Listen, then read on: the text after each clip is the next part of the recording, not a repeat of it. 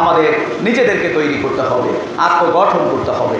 আমাদের নিজেদের জ্ঞান, আমাদের নিজেদের আমল, আমাদের নিজেদের এই লেনদেন, আমানতদারিতা, আমাদের এগুলো সুন্দর করতে হবে। যার যে জায়গার ত্রুটি আছে এটা কিন্তু অন্য আপনাকে ধরাই দিতে পারবে না।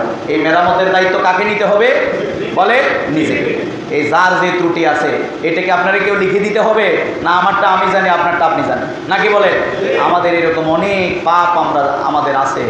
গফুরুর রহিম যদি এটা গোপন না রাখতেন, এটা যদি প্রকাশ হয়ে যেত, এই সমাজের কোনো মানুষ হয়তো আমাদেরকে সালামও দিত না।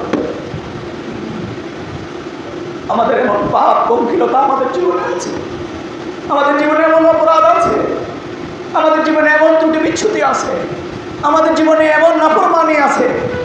এগুলো যদি প্রকাশ হয়ে যেত তাহলে আমাদের পরিবার, আমাদের আত্মীয় স্বজন, আমাদের এই সমাজ, কোনো জায়গায় কিন্তু আমরা মুখ দেখাতে পারতাম না। কিন্তু আল্লাহ তাআলা গফুরুর রহিম এই সব কিছু আমাদের গোপন রেখে দিয়েছেন।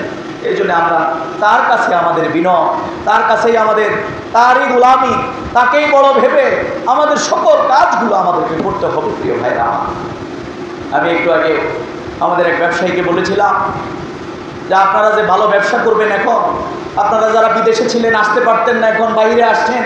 আমরা যারা চলাফেরা করতে পারতাম না স্বাভাবিকভাবে, এই গত 17 বছর আমি কিন্তু আমার বাড়িতে কিন্তু ঘুমাইতে পারি না।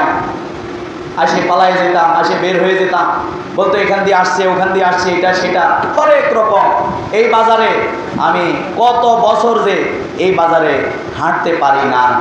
আমি মাঝে মধ্যে বলতাম, আমাদের ভাইরা বলতো পরিস্থিতি ভালো না, কখন কি, কে কি, পুলিশ তো আছে। কিন্তু এই সব কিছুর পথ মারিয়ে আল্লাহ তাআলা যাদের কারণে উন্মুক্ত পরিবেশ করে দিয়েছেন, প্রিয় ভাইরা, তাদের জন্য আমাদের অর্থ, তাদের জন্য আমাদের দোয়া, সে অসহায় পরিবারের পাশে আমাদেরকে দাঁড়াইতে হবে, নাকি বলে? এই জন্য শহীদদের খোঁজ খবর নেবেন, আহতদের মাথায় হাত বুলাবেন।